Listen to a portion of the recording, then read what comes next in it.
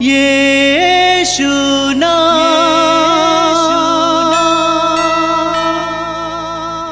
यीशु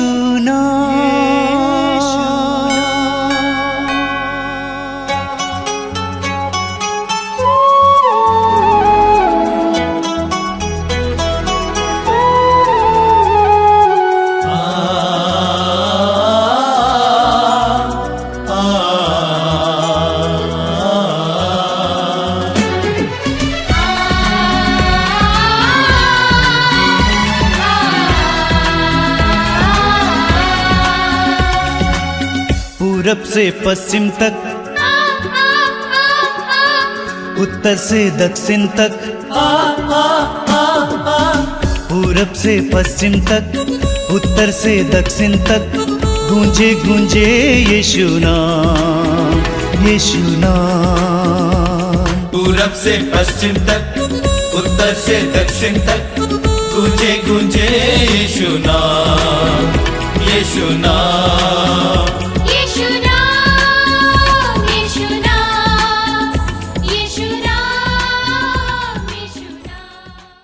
आप सभी भाई बहनों का स्वागत है इस मातृधाम सत्संग में। आप जानते ही अनुग्रह का समय है, आशीष का समय है। नहम्याह के ग्रंथ के अध्याय 8 उसके वाक्य 10 में प्रभु का वचन कहता है, प्रभु के आनंद में तुम्हारा बल है, प्रभु के आनंद में तुम्हारा बल है। मैं आप सभी से अनुरोध करूंगा कि इस सत्संग के प्रारंभ में ही अपने जीवन की हर प्रकार की पीड़ा दर्द को प्रभु के हाथ में समर्पित करते हुए अपनी पीड़ाओं को स्तुति में परिवर्तित करें। आपने देखा होगा हम सत्संग शुरू करते हैं स्तुति के द्वारा, क्योंकि स्तुति में बल है। स्तुति के द्वारा हम अपने हृदय को उत्तेजित करते हैं, हम अपनी आत्माओं को जगाते हैं। विशेष करके हमारी आत्माएं, हमारे मन, हमारा हृदय विभिन्न प्रकार की पीड़ाओं से जूझ रहे हैं और ऐसी परिस्थिति में हम लोग बहुत ज़्यादा अपने को कमज़ोर महसूस करते हैं। अपने अंदर एक आध्यात्मिक चेतना की कमी हो जाती है, हम ठंडे हो जाते हैं। ऐसी परिस्थिति में ये आवश्यक है कि हम प्रभु की स्तुति करते हुए, प्रभु की आराधना करते हुए, गीत गाते हुए अपने आप को जगाएं। हमें प्रभु के सानिध्य के लिए अपने आप को जगाने की ज़रूरत है। हम उत्पत्ति ग्रंथ की अध्याय 28 में पढ़ते हैं याकूब के बारे में। याकूब एक निर्जन प्रदेश में रात के समय सोया हुआ था। याकूब को एक दिव्य दर्शन हुआ, सपना हुआ, और वचन में लिखा हुआ है कि याकूब नींद से जाग उठा। याकूब नींद से जाग उठा और उसने कहा कि ये प्रभु का निवास स्थान है, प्रभु का सानिध्य यहाँ है और मुझे नहीं मालूम था। और सच्चाई यह है कि हम जहाँ कहीं भी हैं वहाँ पर प्रभु का निवास स्थान है, वहाँ पर प्रभु की उपस्थिति है। लेकिन हमारे दुखों के कारण, हमारी पीड़ाओं के कारण, हमारी चिंताओं के कारण हम उसको महसूस नहीं कर पाते हैं। तो आइए हम लोग अपने हृदय और मन को जगाएंगे, गीत गाते हुए, ताली बजाते हुए, सबके साथ मिलकर तालियां बजाते हुए, हमारे भाई मोक्षा और सुभाषिनी के साथ मिलकर हम प्रभु की स्तुति और आराधना करेंगे। हृदय खोलिए और इस गीत में उनको साथ दीजिए। झूम झूम कराओ, नाचो गाओ, तालियां बजाओ, आनंद मनाओ। झूम झूम कराओ, नाचो गाओ, तालियां बजाओ, आनंद मनाओ। झूम झूम कराओ, नाचो और गाओ, तालियां बजाओ, आनंद मनाओ। झूम झूम कराओ, नाचो गाओ, तालियां बजाओ, आनंद मनाओ। यीशु के नाम में आओ तुम, ताल से तालियां बजाओ तुम। यीशु के नाम में आओ तुम, ताल से तालियां बजाओ तुम। यीशु के नाम में आओ तुम, ताल से तालियां बजाओ तुम। गाइए। यीशु के नाम से आओ तुम, ताल से तालियां बजाओ तुम। झूम झूम कराओ तुम, नाचो और गाओ तुम। झूम झूम कराओ तुम, नाचो और गाओ तुम। झूम झूम कराओ तुम,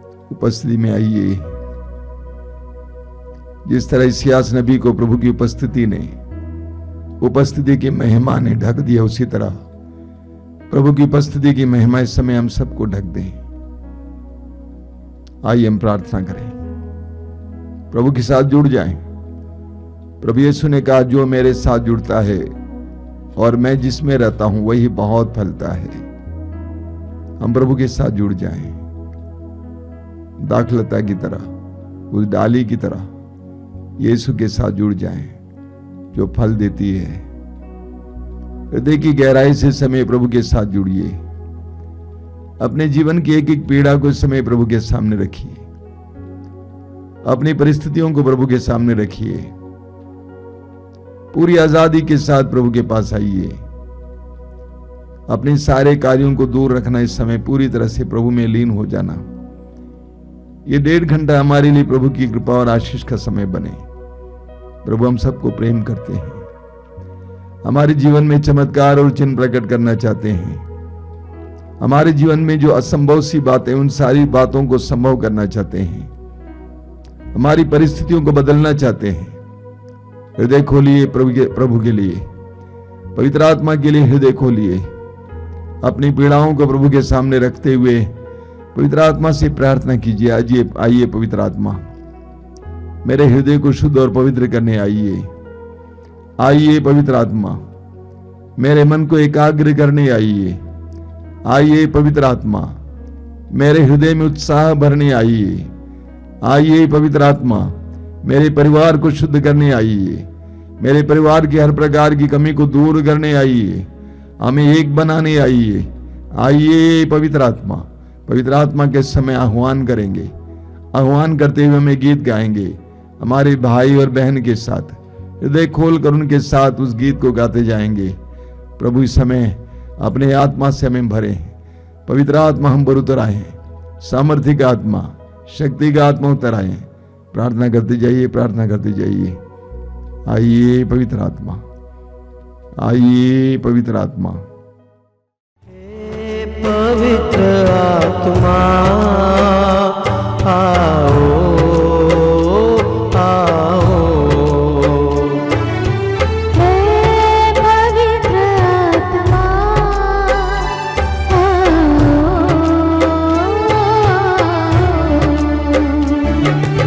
हे पवित्र आत्मा आओ, आओ।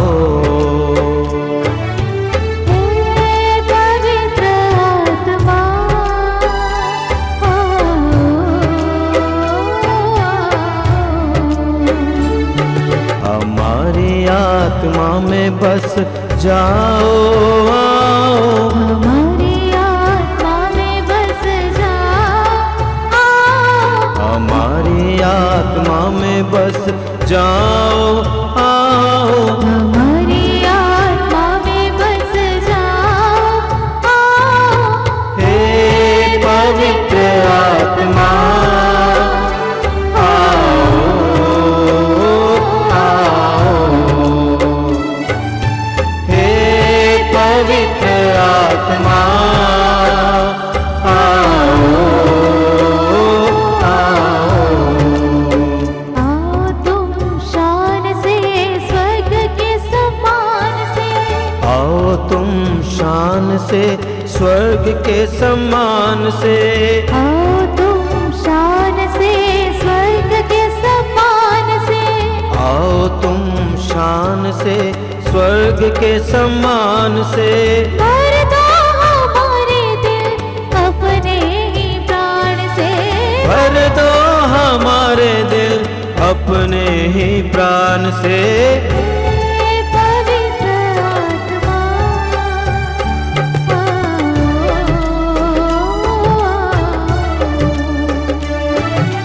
हे पवित्र आत्मा आओ,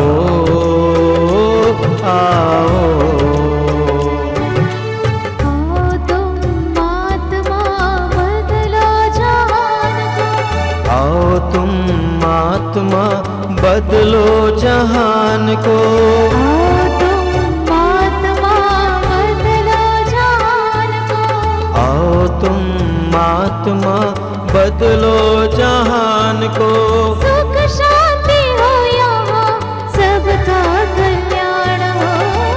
शांति हो यहाँ, सबका कल्याण हो। हे पवित्र आत्मा आओ आओ, हे पवित्र आत्मा आओ आओ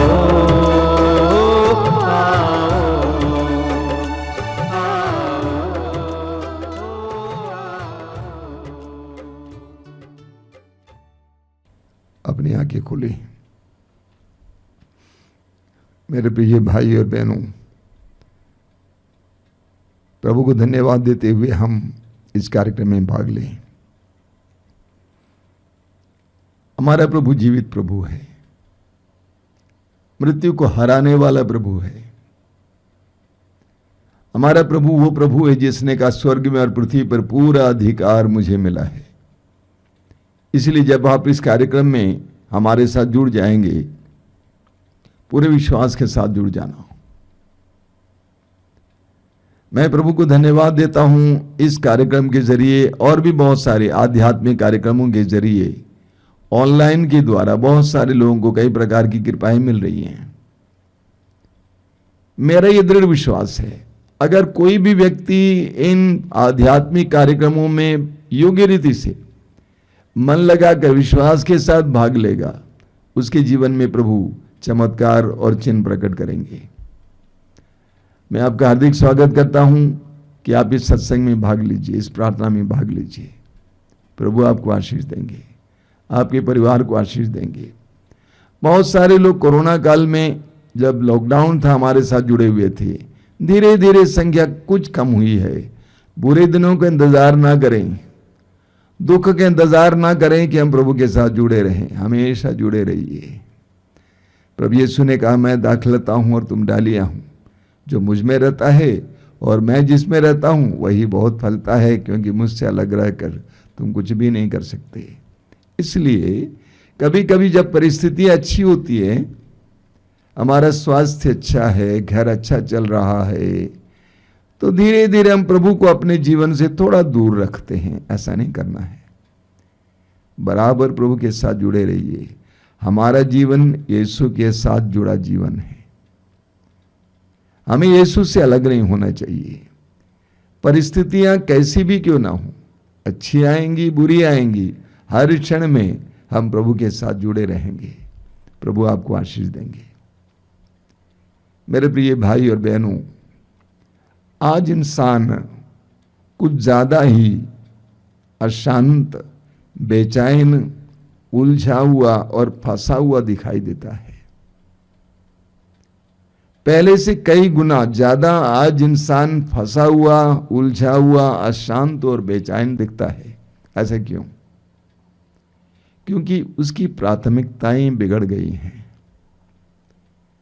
उसकी प्राथमिकताएं बिगड़ गई हैं। हम लूकस के समाचार के अध्याय 18 उसके वाक्य 18 से पढ़ते हैं। एक कुलीन व्यक्ति अर्थात एक धनी व्यक्ति प्रभु यीशु के पास आता है और उसने प्रभु से कहा कि भले गुरु, अनंत जीवन पाने के लिए मुझे क्या करना चाहिए? बहुत धनी व्यक्ति था, कुलीन था, उसके पास किसी चीज की कमी नहीं थी। पैसा था, नौकर चाकर थे, अच्छा घर था, सब कुछ था, लेकिन उसके जीवन में कोई कमी जरूर थी। जीवन की प्रचुरता नहीं थी। इसीलिए वो यीशु के पास आता है और यीशु से कहता है कि भले गुरु, अनंत जीवन पाने के लिए मुझे क्या करना चाहिए? मैं भी जीवन की प्रचुरता पाना चाहता हूं। आप अनंत जीवन के बारे में बोला करते हैं, वो अनंत जीवन पाने के लिए मुझे क्या करना चाहिए? प्रभु यीशु को कहते हैं कि भले गुरु, यानी मैं आपको गुरु समझता हूं। प्रभु ने जवाब में कहा कि तुम मुझे भला क्यों कहते हो? एक ही भला है, ईश्वर। उसके बाद प्रभु ने उससे कहा, तुम आज्ञाओं का पालन करो, हत्या मत करो, व्यभिचार मत करो, चोरी मत करो, झूठी गवाही मत दो, माता पिता का आदर करो। उसने कहा प्रभु से, ये तो मैं अपने बचपन से करता आ रहा हूं। प्रभु ने उससे कहा, तुम में एक बात की कमी है, तुम नियमों का पालन करते आ रहे हो, लेकिन तुम में एक बात की कमी है। प्रभु यीशु को मालूम था कि उसकी कमजोरी क्या है। यूहन्ना के समाचार के अध्याय 2 वाक्य 25 में वचन कहता है कि यीशु को मालूम था कि हर एक के दिल में क्या था, उन्हें बताने की जरूरत नहीं थी।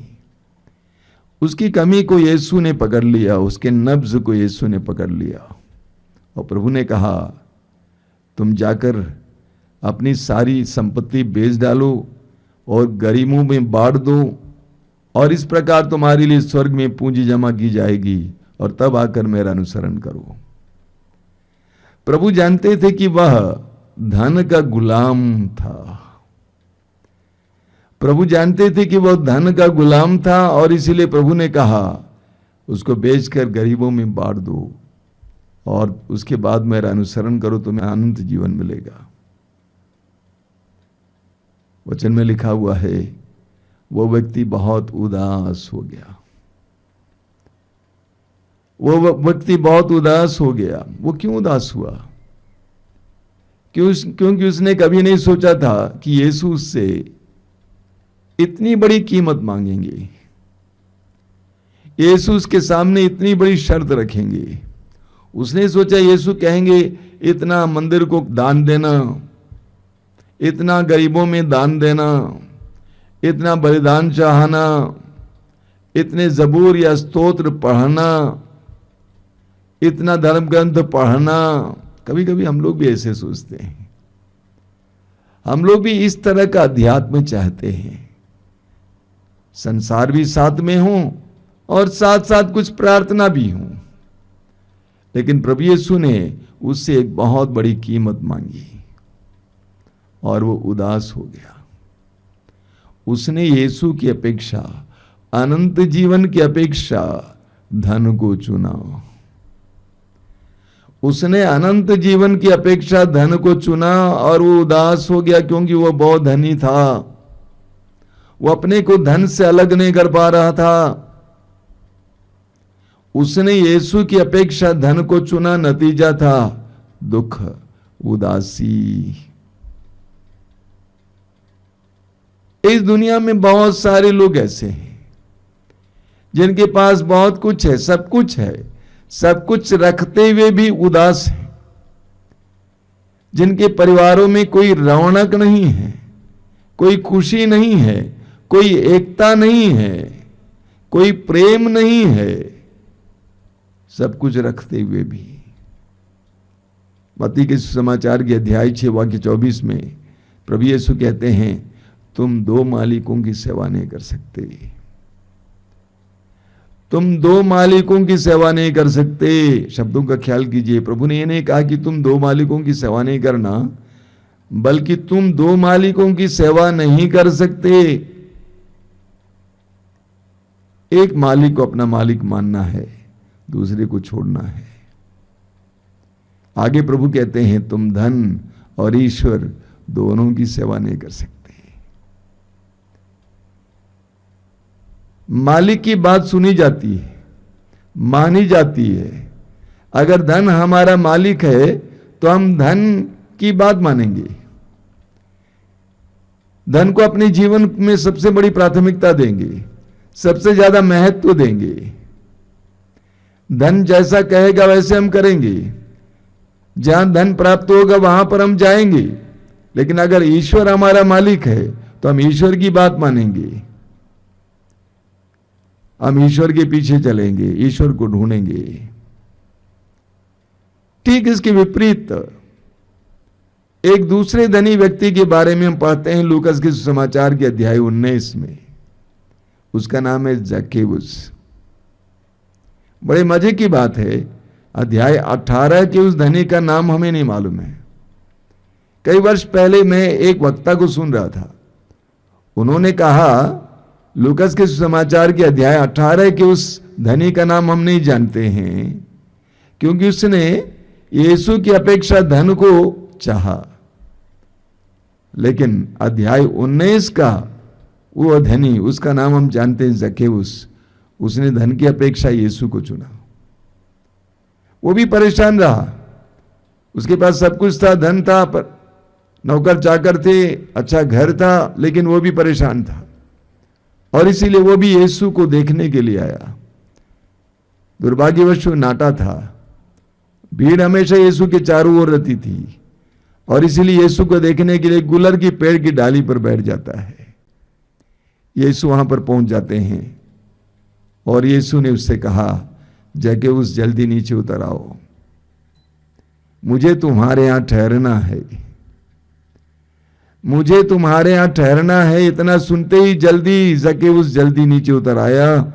वचन में लिखा हुआ है, जक्केउस बड़े आनंद के साथ यीशु को अपने घर ले जाता है।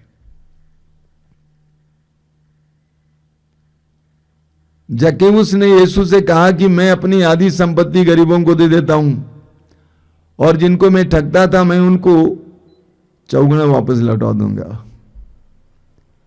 जक्केउस ने धन की अपेक्षा यीशु को चुना। जक्केउस ने धन की अपेक्षा यीशु को चुना और नतीजा है, यीशु ने घोषित किया, आज इस घर में मुक्ति आई है, आज इस घर में मुक्ति आई है, क्योंकि जक्केउस ने यीशु को धन की अपेक्षा चुना। मेरे प्रिय भाई और बहनों, धन आवश्यक है। बिना धन, बिना पैसे के हम जी नहीं सकते हैं। संसार में जीवन जीने के लिए हमें पैसा भी आवश्यक है। बिना पैसे के हम जी नहीं सकते हैं, लेकिन हमारे जीवन में संतुलन आना आवश्यक है। यूहन्ना के सुसमाचार के अध्याय 15 वाक्य 8 में प्रभु यीशु कहते हैं, मेरे पिता की महिमा इसमें है कि तुम बहुत फल उत्पन्न करो और मेरे शिष्य बने रहो। प्रभु कहते हैं, मेरे पिता की महिमा इसमें है कि तुम बहुत फल उत्पन्न करो और मेरे शिष्य बने रहो।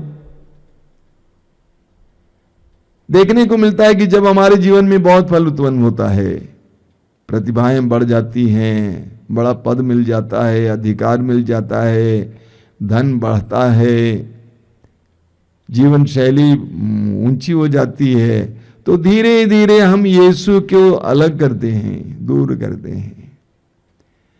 प्रभु कहते हैं तुम्हारा जीवन संतुलित होना चाहिए। पैसा भी चाहिए, लेकिन पैसा ही नहीं चाहिए हमें। तुम्हारा जीवन संतुलित हो, फल उत्पन्न करो, लेकिन मेरे शिष्य भी बने रहो। मेरी शिक्षा के मुताबिक जीवन जियो। तुम्हारे जीवन का फल मेरी शिक्षा के मुताबिक होना चाहिए।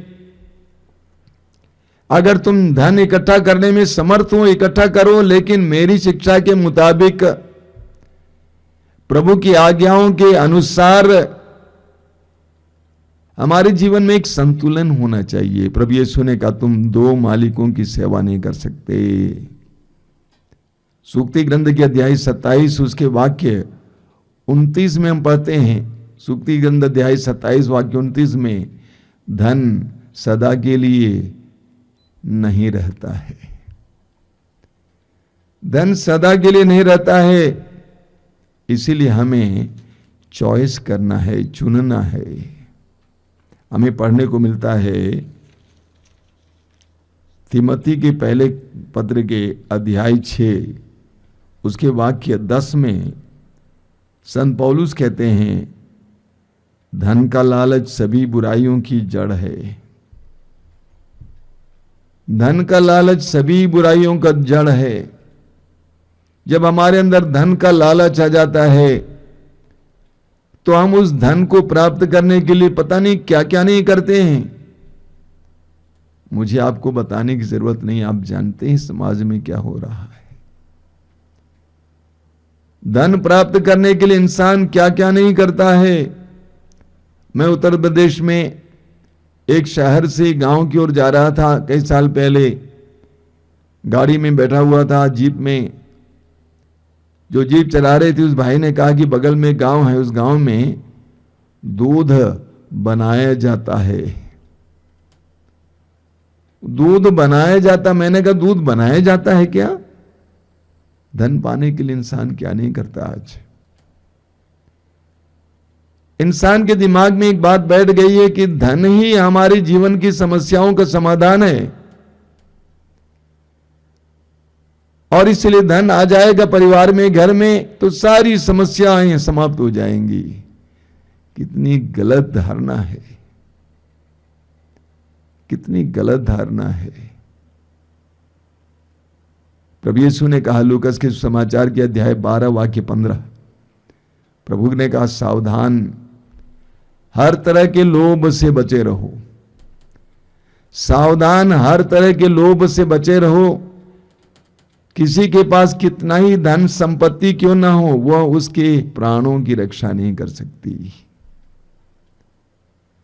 सावधान, हर तरह के लोभ से बचे रहो। किसी के पास कितनी संपत्ति क्यों ना हो, वह उसके प्राण की रक्षा नहीं कर सकती। इसको समझाने के लिए प्रभु यीशु ने तुरंत एक सुंदर दृष्टांत सुनाया, और वो दृष्टांत है मूर्ख धनी का दृष्टांत। धनी ही नहीं बल्कि मूर्ख धनी। उस जमाने में धनी लोग कौन होते थे? जिनके पास बहुत जमीन होती थी, नौकर चाकर होते थे, जानवर होते थे, गाड़ी घोड़ा होते थे। एक ऐसा इंसान जिसके पास बहुत धन था, बहुत जमीन थी, जमीन में इतनी अच्छी फसल हुई कि उसने सोचा कि मैं क्या करूं, ये अनाज कहां पे इकट्ठा करूं, मेरा जो बखार है, अनाज का भंडार है, छोटा पड़ जाएगा। उसने कहा कि मैं अपने अनाज के भंडार को बड़ा बनाऊंगा और सारे अनाज को उसमें इकट्ठा कर लूंगा और कहूंगा अपने से आराम कर लो, ऐश करो, तुम्हारे पास बहुत सालों के लिए अनाज इकट्ठा है। उस सुंदर दृष्टांत में प्रभु यीशु कहते हैं, उसी रात को यदि ईश्वर उसके पास आता है और कहता है, रे मूर्ख, यदि आज ही रात को यदि तुम्हारे प्राण को तुझसे छीना जाए तो ये संपत्ति किसकी हो जाएगी? किसी और की हो जाएगी। इसीलिए प्रभु ने उसको मूर्ख कहा, क्योंकि वो अपनी संपत्ति पर भरोसा रख रहा था। सूक्ति ग्रंथ के अध्याय 11 उसके वाक्य 28 में लिखा हुआ है। सूक्ति ग्रंथ अध्याय 11 वाक्य 28 में क्या लिखा हुआ है? जिसे अपनी संपत्ति का भरोसा है उसका पतन होगा। जिसे अपनी संपत्ति का भरोसा है उसका पतन होगा। तिमोथी के पहले पत्र के अध्याय 6 वाक्य 9 में संत पौलुस एक जबरदस्त बात कहते हैं। तिमोथी का पहला पत्र अध्याय 6 वाक्य 9, जो लोग धन बटोरना चाहते हैं वे प्रलोभन और फंदे में पड़ जाते हैं। जो लोग धन बटोरना चाहते हैं वे प्रलोभन और फंदे में पड़ जाते हैं और ऐसी मूर्खतापूर्ण तथा हानिकर वासनाओं के शिकार बनते हैं जो मनुष्यों को पतन और विनाश के गर्त में ढकेल देती है। एक बार और पढ़ना चाहता हूं, ध्यान से सुनिए।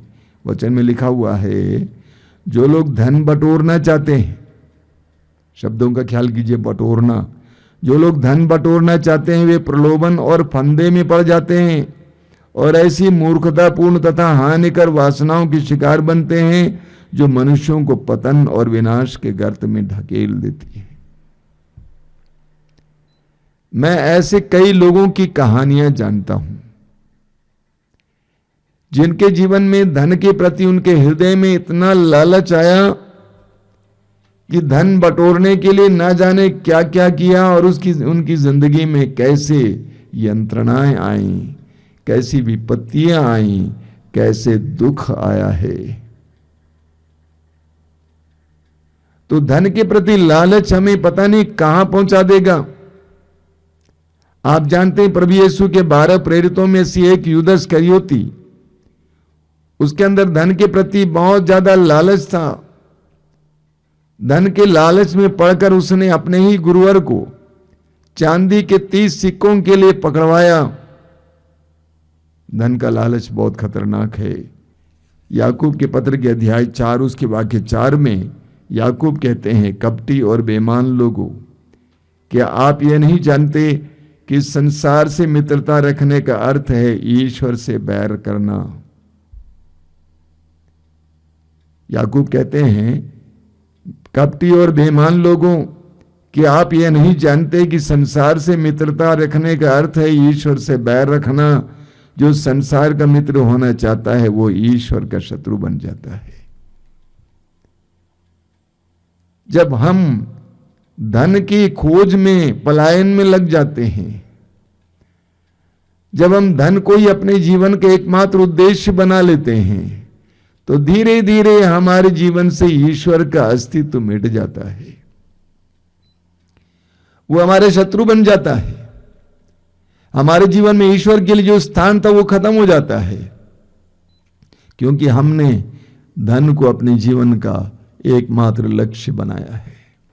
प्रभु यीशु ने कहा मत्ती के सुसमाचार के अध्याय 6 उसके वाक्य 33 में, तुम सबसे पहले ईश्वर का राज्य और उसकी धार्मिकता की खोज में लगे रहो, और ये सब चीजें तुम्हें यूं ही मिल जाएंगी। तुम सबसे पहले ईश्वर का राज्य और उसकी धार्मिकता की खोज में लगे रहो, और ये सब चीजें तुम्हें यूं ही मिल जाएंगी। एक विश्वासी प्रभु का दास है, प्रभु दास है, वो धन का दास नहीं है। लेकिन मैंने देखा बहुत सारे विश्वासी धीरे धीरे प्रभु दास से धनदास बन जाते हैं। हमें असीसी के संत फ्रांसिस के बारे में पढ़ने को मिलता है। एक ऐसे महान संत जो पहले धन दास थे, संसार का दास थे, लेकिन यीशु का साक्षात्कार होने के बाद वह प्रभु दास बन जाते हैं। पहले धन के पीछे दौड़ रहा था, पहले सांसारिक अय्याशी के पीछे दौड़ रहा था, लेकिन यीशु से मिलने के बाद यीशु के गुलाम बन जाते हैं, एक संत बन जाते हैं, हमारे लिए एक महान आदर्श बन जाते हैं। एक मसीही प्रभु दास होता है, न कि धन दास होता है। तिमोथी के पहला पत्र अध्याय 6 वाक्य 7, तिमोथी के पहले पत्र के अध्याय 6 वाक्य 7 में संत पौलुस कहते हैं, हम इस संसार में क्या लेकर आए? कुछ नहीं। हम इस संसार से क्या ले जाएंगे? कुछ नहीं। हम इस संसार में कुछ नहीं लेके आए और इस संसार से कुछ नहीं ले जाएंगे। इस सच्चाई को हमें अपने सामने रखते हुए जीवन जीना चाहिए, और यही सत्य है। इस सत्य को हमारे सामने रखते हुए हमें जीवन जीना चाहिए, तब हमारा जीवन संतुलित होगा। मैंने आपसे कहा धन चाहिए, लेकिन हमें धन का गुलाम नहीं बनना चाहिए। यानी हमारे जीवन में धन नहीं बोलेगा, बल्कि हम बोलेंगे या प्रभु बोलेंगे। हमें सत्य को हमेशा अपनी आंखों के सामने रखते हुए जीवन जीना चाहिए। एक महान संत है संत फ्रांसिस जेवियर, आप जानते हैं। उनकी लाश अब भी गोवा में रखी हुई है। संत फ्रांसिस जेवियर, उनके बहुत सारे सपने थे। पढ़ाई के समय जब वे कॉलेज में पढ़ाई कर रहे थे, बहुत सारे सपने थे, लेकिन संत इग्नेशियस लेवला के द्वारा उनको एक वचन मिलता है, लूकस अध्याय 9 वाक्य 25, मनुष्य को क्या लाभ यदि वो सारा संसार जीत ले और अपना ही जीवन गंवा दे। मनुष्य को क्या लाभ यदि वो सारा संसार जीत ले और अपना ही प्राण गंवा दे? क्या फायदा है? मरते समय कौन क्या ले जाता है? सिकंदर महान के बारे में हम जानते हैं। उस जमाने में उनका नाम सुनकर लोग थर थर कांपते थे। कितने देशों को अपने अधीन किए थे। ऐसे सिकंदर महान मरने से पहले कहा जाता है अपने सैनिकों से बोला कि मेरे दोनों हाथों को कफन से बाहर रखना, जब उनसे पूछा गया कि क्यों, उन्होंने कहा कि ताकि सारी दुनिया जाने कि सिकंदर महान खाली हाथ अपना घर गया है। सिकंदर महान खाली हाथ अपना घर गया है। हमारी समस्या है कि हम दो मालिकों की सेवा करना चाहते हैं। एक छोटी सी कहानी है, शायद मैंने आपको सुनाया है, कहानी या किस्सा कहूं। एक बार एक बंदर एक घर में गया। उसने देखा एक मटके में गुड़ रखा हुआ है। उसने अपना हाथ उसमें डाला, मुट्ठी भर गुड़ लिया, लेकिन दुर्भाग्यवश उस मटके का गला बहुत पतला था, संकरा था, और इसीलिए वो अपने हाथ को बाहर नहीं ला पाया। मुट्ठी भर उसने गुड़ लिया था और अपनी मुट्ठी को, अपने हाथ को बाहर नहीं ला पाया, क्योंकि उस मटके का गला, मुंह सकरा था। और उस मटके को चारों ओर मारने लगा, पीटने लगा। अब उस बंदर से क्या कहें, कौन कहेगा कि भाई उतना ही ले लो ताकि तुम अपने हाथ को बाहर ला सके। आज मनुष्य की यह स्थिति है। आज हम विश्वासियों की भी यह स्थिति है। हम धन और ईश्वर दोनों की आराधना करना चाहते हैं, संभव नहीं है। मैंने बार बार आपको याद दिलाया है, संसार के मुक्तिदाता ईश्वर के पुत्र यीशु मसीह का जन्म एक गौशाले में हुआ। ईश्वर का पुत्र, संसार के मुक्तिदाता यीशु मसीह का जन्म एक गौशाले में हुआ। यह कोई दुर्घटना नहीं थी। हालांकि सुसमाचार में लिखा हुआ है उनके लिए सराय में जगह नहीं थी। सारे संसार को बनाने वाला ईश्वर क्या अपने पुत्र के जन्म के लिए जगह नहीं ढूंढ पाता? ईश्वर ने ऐसा होने दिया, यीशु को गौशाले में जन्म लेने दिया। जब हमारा भी हृदय, हमारा भी मन गौशाले की तरह बन जाएगा, तब हमें भी यीशु जन्म लेंगे। आइए हम प्रार्थना करें। हम अपने हृदय और मन को इस समय खोलेंगे, इन सारी बातों को अपने हृदय में ग्रहण करेंगे। प्रभु यीशु कहते हैं तुम दो मालिकों की सेवा नहीं कर सकते। तुम धन और ईश्वर दोनों की सेवा नहीं कर सकते। तुम्हें चुनना है। अगर तुम धन को चुनोगे तो तुम्हारे जीवन में ईश्वर के लिए स्थान शायद ही होगा। हम जक्केउस की तरह बने जिसने यीशु को चुना, और यीशु को चुनने के लिए उसको सांसारिक रूप से घाटा अपनाना पड़ा। हम लूकास अध्याय 18 की उस धनी की तरह ना बने जिसने धन को चुना और उदास होकर चला गया। हमारे जीवन में भी कई उदासी, कई दुख इसीलिए हैं क्योंकि हमारा लगाव संसार से है, हमारा लगाव धन से है, हमारा लगाव लोगों से है, हमारा लगाव जमीन से है, और इसीलिए हम डरे हुए रहते हैं।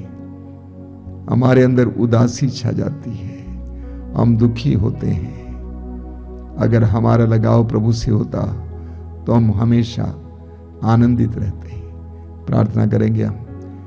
प्रभु यीशु, तेरे पवित्र वचनों को सुनने के लिए, समझने के लिए हमें कृपा दीजिए। तेरे पवित्र वचनों के द्वारा तूने हमें ललकारा है, तूने हमारा आह्वान किया है, हमें बुलाया है कि हम चुने। प्रभु तुझे चुनने के लिए कृपा दीजिए, जक्केउस की तरह तुझे चुनने के लिए और तुझे चुनने के लिए संसार को त्यागने के लिए कृपा दीजिए। गलातियों के पत्र के अध्याय 6 वाक्य 14 में संत पौलुस कहते हैं, मसीह के कारण संसार मेरे लिए मर गया है और मैं संसार की दृष्टि में मर गया हूं। हे यीशु, संसार की अपेक्षा तुझे चुनने के लिए हमें कृपा दीजिए। धन की अपेक्षा तुझे चुनने के लिए हमें कृपा दीजिए। धन पर भरोसा रखने की अपेक्षा तुझ पर भरोसा रखने के लिए हमें कृपा दीजिए, क्योंकि जैसा कि वचन कहता है, धन सदा हमारे साथ नहीं रह सकता। प्रभु यीशु हमारी बुद्धि को खोलना, हमें प्रज्ञा का वरदान देना, हमें प्रज्ञा का वरदान देना। हम भी अन्य लोगों की तरह इस संसार के विभिन्न प्रकार की आकर्षक बातों में खो जाते हैं, हम मोहित हो जाते हैं। हमें प्रज्ञा का वरदान देना यीशु, तुझे चुनने के लिए, ईश्वर को चुनने के लिए, तुझे अपने जीवन का मालिक बनाने के लिए कृपा देना, तेरे गुलाम बनने के लिए कृपा देना, तेरे दास बनने के लिए कृपा देना। धन्यवाद यीशु, तेरी स्तुति, तेरी आराधना, तेरी महिमा। आराधना आराधना आराधना आराधना आराधना आराधना आराधना आराधना आराधना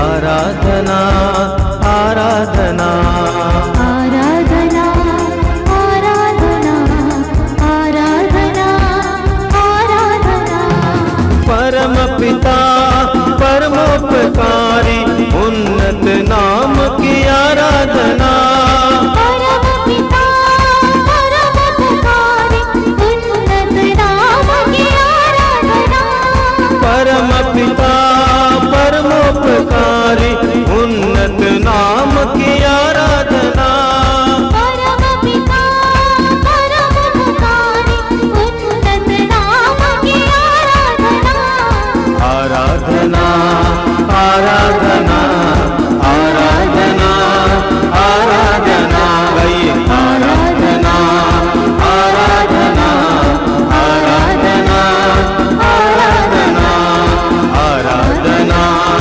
आराधना आराधना आराधना भूमि आकाश बनाने वाले देवादिदेव की आराधना भूमि आकाश बनाने वाले देवादिदेव की आराधना भूमि आकाश बनाने वाले देवादिदेव की आराधना भूमि आकाश बनाने वाले देवादिदेव की आराधना आराधना आराधना आराधना आराधना आराधना आराधना आराधना सब मिलकर गाएंगे आराधना आराधना आराधना आराधना राजाओं के राजा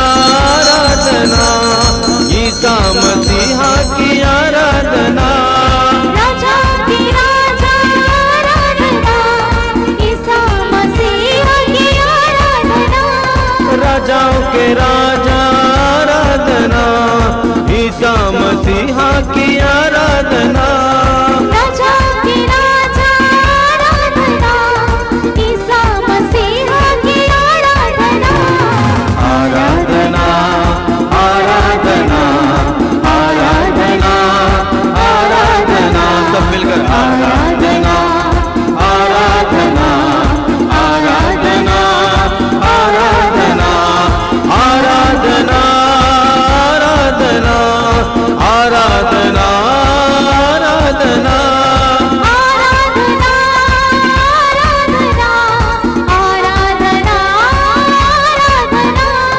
आराधना आराधना आराधना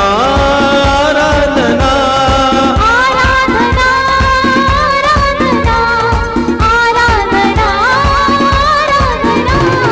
आराधना आराधना आराधना आराधना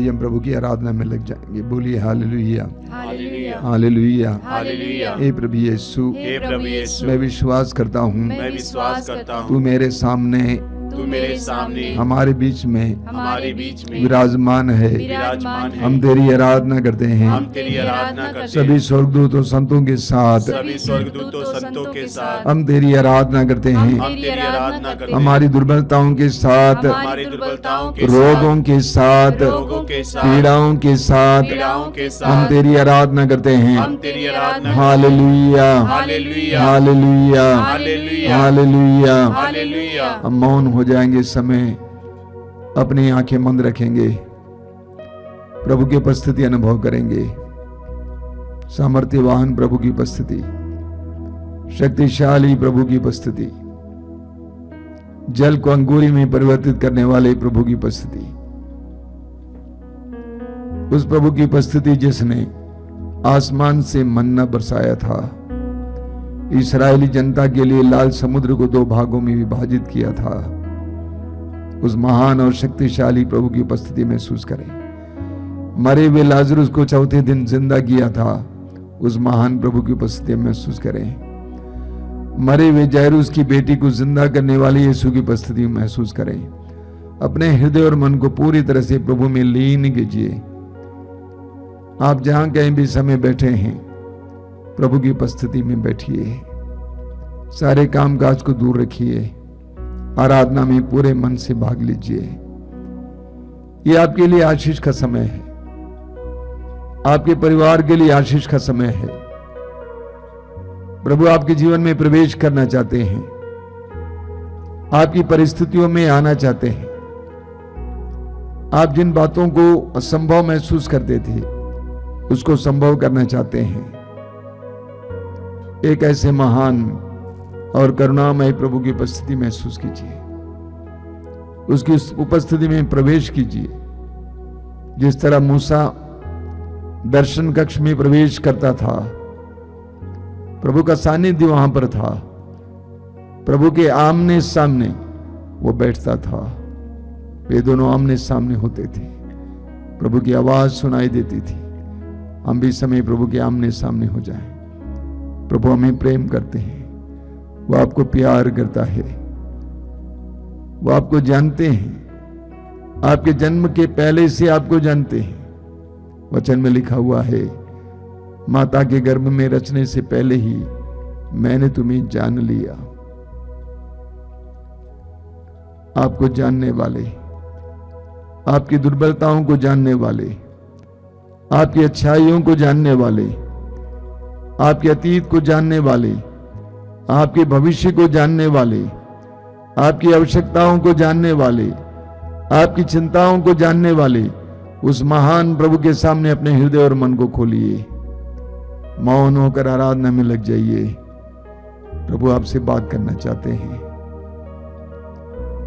आपके जीवन में प्रवेश करना चाहते हैं। मौन होकर प्रभु की आवाज सुनेंगे। प्रभु आज इस वक्त आपसे कुछ कहना चाहते हैं, सुनने की कोशिश कीजिए। आंतरिक कानों को खोलिए। The Lord wants to speak to you right now. Listen to Him.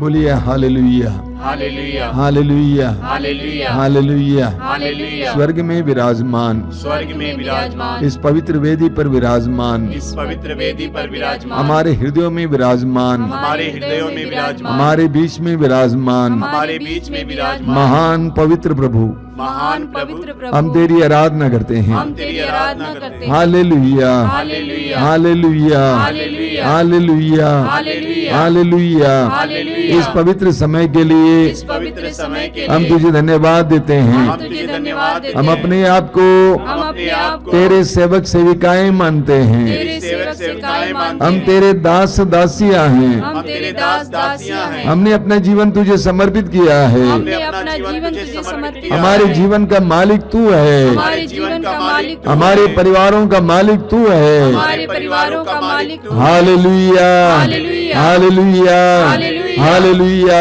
Hallelujah. तेरा राज्य आवे, तेरा राज्य आवे, तेरा राज्य आवे, तेरा राज्य आवे, तेरा राज्य आवे तेरा राज्य आवे। हमारे हृदयों में, हमारे हृदयों हमारे में, जीवन में, हमारे जीवन में, हमारे परिवारों में, हमारे परिवारों में, हमारी परिस्थितियों में, हमारी परिस्थितियों में, हमारे मोहल्लों में, हमारे मोहल्लों में, हमारे देश में, हमारे देश में, सारे विश्व में सारे विश्व में, तेरा राज्य आवे। तेरा राज्य आवे। Hallelujah, hallelujah, hallelujah, hallelujah, hallelujah, hallelujah, hallelujah, hallelujah, hallelujah. Hallelujah. हम घोषित करते हम हैं घोषित करते हैं यीशु तू यीशु तू संसार का मुक्तिदाता है, संसार का मुक्तिदाता है, प्रभु है, प्रभु है, मालिक है। मालिक है। Hallelujah, hallelujah, hallelujah, hallelujah, hallelujah, hallelujah, hallelujah. Hallelujah. हे प्रभु यीशु, हे प्रभु यीशु, तूने कहा है, तूने कहा है, तुमने मुझे नहीं चुना है, तुमने मुझे नहीं चुना है, मैंने तुम्हें चुना है मैंने तुम्हें चुना है और नियुक्त किया और है, नियुक्त किया है, जिससे तुम जाकर जिससे तुम जाकर फल उत्पन्न करो, फल उत्पन्न करो, हमें चुनने के लिए, हमें चुनने के लिए, हमें नियुक्त करने के हमें लिए नियुक्त करने के हम लिए तुझे धन्यवाद देते हैं। हम तुझे धन्यवाद देते हैं। Hallelujah, hallelujah, hallelujah. हालेलुया। हम एक साथ प्रभु की स्तुति करेंगे। Hallelujah, hallelujah. Hallelujah, hallelujah, hallelujah, hallelujah, hallelujah, hallelujah, hallelujah, hallelujah, hallelujah, hallelujah, hallelujah, hallelujah. मुख खोलकर ऊंची आवाज में स्तुति करनी है, स्तुति करनी है, स्तुति करनी चाहिए। हालेलुया, हालेलुया, हालेलुया,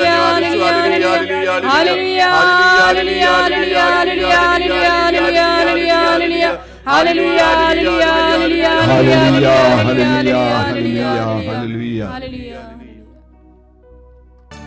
हे पिता तेरी आराधना हो, तेरी आराधना हो। हे पिता तेरी आराधना हो, तेरी आराधना हो।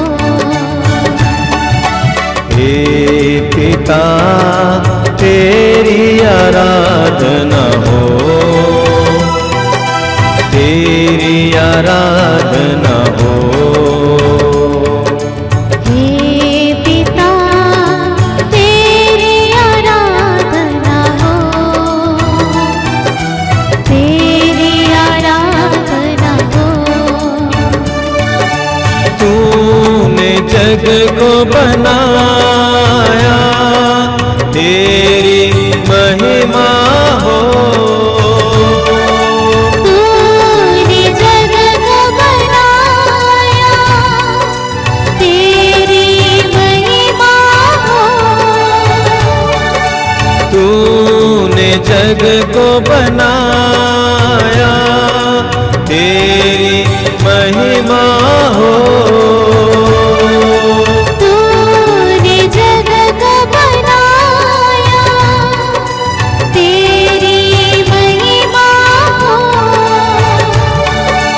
तेरी महिमा हो, तेरी महिमा हो, तेरी महिमा हो, तेरी महिमा हो। हे पिता तेरी आराधना हो, तेरी आराधना हो। हे पिता तेरी आराधना हो, तेरी आराधना हो। तूने जग को मुक्ति दिया, तेरी महिमा हो।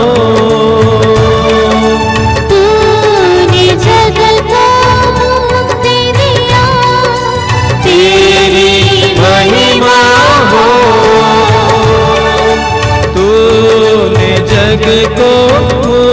निधिया तेरी महिमा हो। तूने जग को मुक्ति दिया, तेरी महिमा हो। तेरी महिमा हो, तेरी महिमा हो। तेरी महिमा हो, तेरी महिमा हो। अपनी आंखें खोलिए। मेरे प्रिय भाई और बहनों, हम जिसकी सेवा करते हैं उससे वेतन भी पाते हैं। हम जिसकी सेवा करते हैं उससे मजदूरी पाते हैं। यदि हम संसार की सेवा करेंगे तो हमें इस संसार से मजदूरी मिलेगी, वेतन मिलेगा। यदि हम प्रभु की सेवा करेंगे तो प्रभु से हमें वेतन मिलेगा। हमारी समस्या यह है कि हम संसार की सेवा करते हैं, धन की सेवा करते हैं और हम प्रभु से वेतन चाहते हैं। यह संभव नहीं है। मत्ती के सुसमाचार के अध्याय 6 वाक्य 24 में प्रभु यीशु ने कहा है, तुम दो मालिकों की सेवा नहीं कर सकते। अगर हम संसार की सेवा करेंगे तो संसार जो दे सकता है वो ही देगा। प्रभु की सेवा करेंगे, प्रभु जो दे सकते हैं वो देंगे। प्रेम, शांति, दया, प्रज्ञा, ये सब ईश्वरीय गुण है। ये हमें बाजार से नहीं मिलता है। आपको पैसे से शांति नहीं मिलेगी, आपको किसी भी यूनिवर्सिटी से प्रज्ञा नहीं मिलेगी। ये सब ईश्वरीय गुण है। उसके लिए हमें ईश्वर की सेवा करनी होगी। हमारे जीवन की विडंबना यह है, हम शांति चाहते हैं, प्रज्ञा चाहते हैं, आनंद चाहते हैं, एकता चाहते हैं, मेल मिलाप चाहते हैं, लेकिन हम अभी ईश्वर की सेवा में नहीं लगे। हम स्तोत्र 107 उसके वाक्य 10 और 11 में पढ़ते हैं, कुछ लोग अंधकार और मृत्यु की छाया में बैठे थे, दुखी और बेड़ियों से जकड़े हुए थे, क्योंकि उन्होंने ईश्वर की वाणी से विद्रोह और सर्वोच्च प्रभु की योजना का तिरस्कार किया था।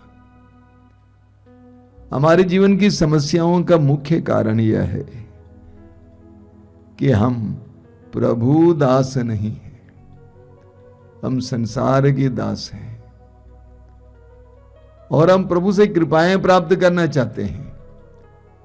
निर्गमन ग्रंथ के अध्याय 23 वाक्य 25 में प्रभु कहते हैं, तुम अपने प्रभु ईश्वर की सेवा करोगे, वह तुम्हारे अन्न जल पर आशीर्वाद देगा और मैं तुमसे बीमारियां दूर रखूंगा। तुम अपने प्रभु की सेवा करोगे, वह तुम्हारे अन्न जल पर आशीर्वाद देगा और मैं तुमसे बीमारियां दूर रखूंगा। यदि हम प्रभु की सेवा करते हैं तो प्रभु हमारे लिए प्रबंध करते हैं। प्रभु हमारी हर चीज पर आशीर्वाद देते हैं। हमारी पढ़ाई पर आशीर्वाद देंगे, हमारी डिग्री पर आशीर्वाद देंगे, हमारी नौकरी पर आशीर्वाद देंगे, हमारी हर योजना पर आशीर्वाद देंगे अगर हम प्रभु की सेवा करते हैं। हमें योशुआ के ग्रंथ के अध्याय 24 में पढ़ने को मिलता है, बहुत सुंदर प्रसंग है। योशुआ के नेतृत्व में इस्राएली जनता अब कनान देश पहुंच रही है या पहुंच चुकी है, और उस जनता से योशुआ क्या कहते हैं? योशुआ कहते हैं, प्रभु पर श्रद्धा रखो और ईमानदारी तथा सच्चाई से उसकी उपासना करो। आगे योशुआ कहते हैं, मैं और मेरा परिवार हम सब प्रभु की उपासना करना चाहते हैं। हमने निर्णय लिया है, हमने निर्णय लिया है कि हम और हमारे परिवार प्रभु की सेवा करेंगे, उपासना करेंगे। तो लोगों ने क्या कहा? लोगों ने कहा हम भी प्रभु की उपासना करना चाहते हैं क्योंकि वही हमारा ईश्वर है। हम भी प्रभु की उपासना करना चाहते हैं क्योंकि वही हमारा ईश्वर है। मैं दृढ़ भरोसे के साथ, विश्वास के साथ आपसे कहना चाहता हूं, प्रभु की उपासना कीजिए, प्रभु की सेवा कीजिए, प्रभु पर भरोसा रखिए। मत्ती अध्याय 6 वाक्य 33 को मत भूलिए। प्रभु कहते हैं तुम सबसे पहले ईश्वर के राज्य और उसकी धार्मिकता की खोज में लगे रहो और ये सब चीजें तुम्हें यूं ही मिल जाएंगी। आज इस आराधना में हम अपने आप को प्रभु को समर्पित करेंगे, हमारे परिवारों को अपने प्रभु के हाथ में समर्पित करेंगे। हम प्रभु से कहेंगे कि प्रभु हम भी आपकी उपासना करना चाहते हैं, हम भी आपकी सेवा करना चाहते हैं, हम संसार की सेवा नहीं करना चाहते हैं। हमारे जीवन का उद्देश्य धन नहीं है, हमारे जीवन का उद्देश्य तू है। हम अपने आप को तेरे हाथों में समर्पित करते हैं, हमारे बच्चों को, हमारे परिवार को तेरे हाथों में समर्पित करते हैं, हमारे कामकाज को तेरे हाथ में समर्पित करते हैं, हमारे खेत खलियान को तेरे हाथ में समर्पित करते हैं। हम विश्वास करते हैं यदि हम तेरी उपासना करेंगे, तेरी सेवा करेंगे, तू हमारे अन्न जल पर आशीर्वाद देगा और हमसे बीमारियां दूर रखेगा। समर्पित कीजिए समय, आंखें बंद कीजिए, अपने आप को समर्पित कीजिए। जैसे संत पौलुस कहते हैं कि मैं तो यीशु का गुलाम हूं, मैं तो यीशु का गुलाम हूं। मां मरियम ने कहा मैं प्रभु की दासी हूं। प्रभु का कथन मुझ में पूरा हो। यदि आज तक हम संसार के पीछे भाग रहे थे, सांसारिक चीजों के पीछे भाग रहे थे, धन के पीछे भाग रहे थे, जीवन का एकमात्र मकसद सांसारिक रहा है, आइए हम इस समय समर्पित करें अपने आप को प्रभु के हाथ में। प्रभु से कहे कि प्रभु मेरे जीवन का उद्देश्य सांसारिक चीजें नहीं है, धन नहीं है, इस संसार की सुख सुविधाएं नहीं है। हमारे जीवन का उद्देश्य तू है, तेरे मार्ग पर हम चलना चाहते हैं, हम तुझे अपना प्रभु मानना चाहते हैं। समर्पित कीजिए, अपने जीवन में प्रभु की कृपाएं महसूस कीजिए, चमत्कार और चिन्ह प्रभु का अनुभव करते जाइए। प्रभु अपने वचन के पक्के हैं, वो बदलते नहीं हैं। समर्पित करते जाइए, समर्पित करते जाइए। Surrender your life to the Lord, surrender your family to the Lord. अपने जीवन को समर्पित करना, अपने परिवार को समर्पित करना, अपनी परिस्थितियों को समर्पित करना, अपने दोनों हाथ ऊपर उठाते हुए स्वतंत्र रूप से प्रभु की स्तुति और आराधना करते जाइए। हालेलुया हालेलुया हालेलुया हालेलुया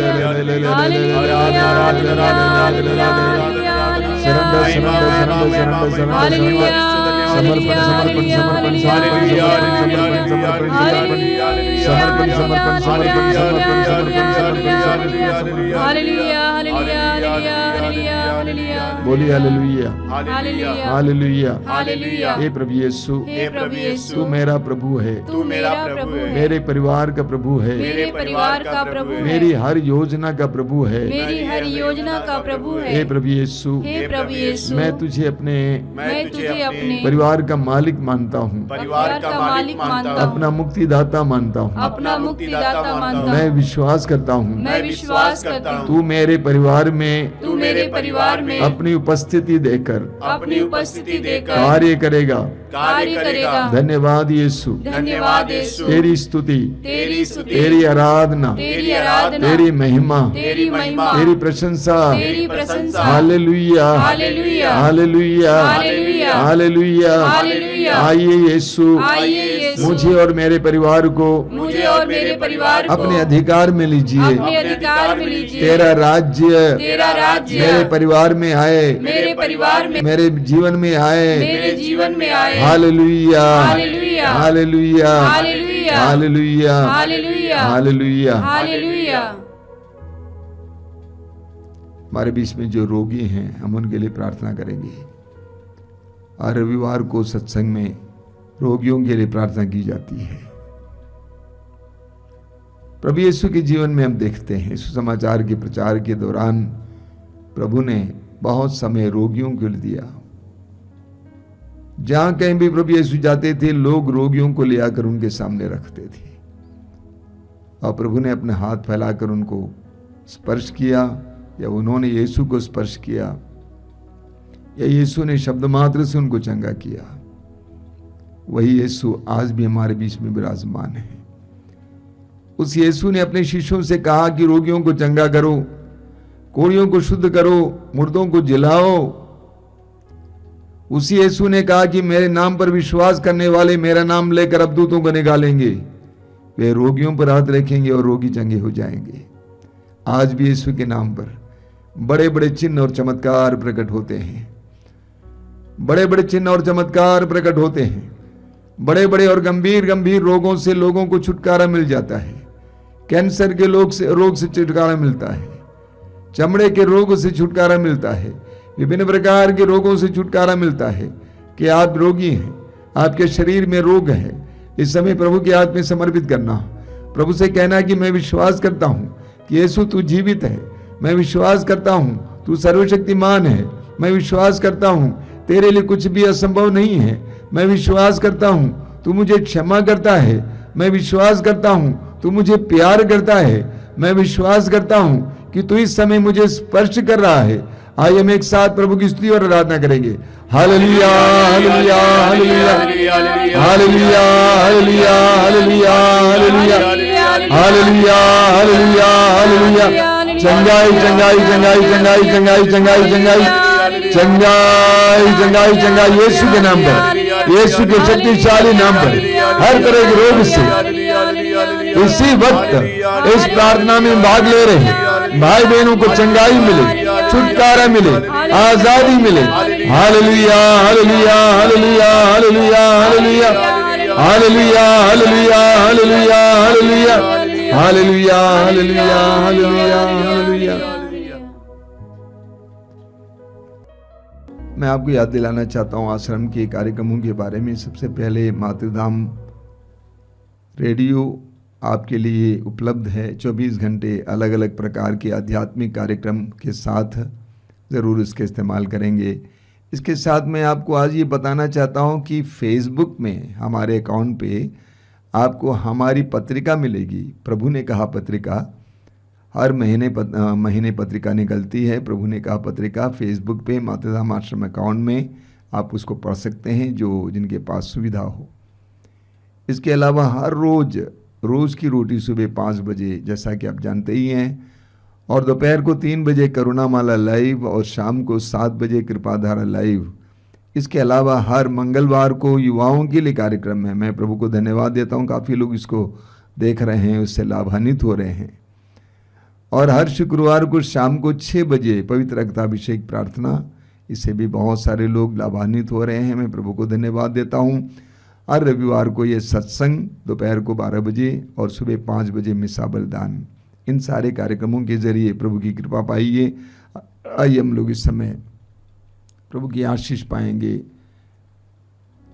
आशीष पाते समय जो लोग जल और तेल लाए हैं आशीष के लिए, आपसे अनुरोध करूंगा कि अपने हाथ में उठा के पकड़ेंगे।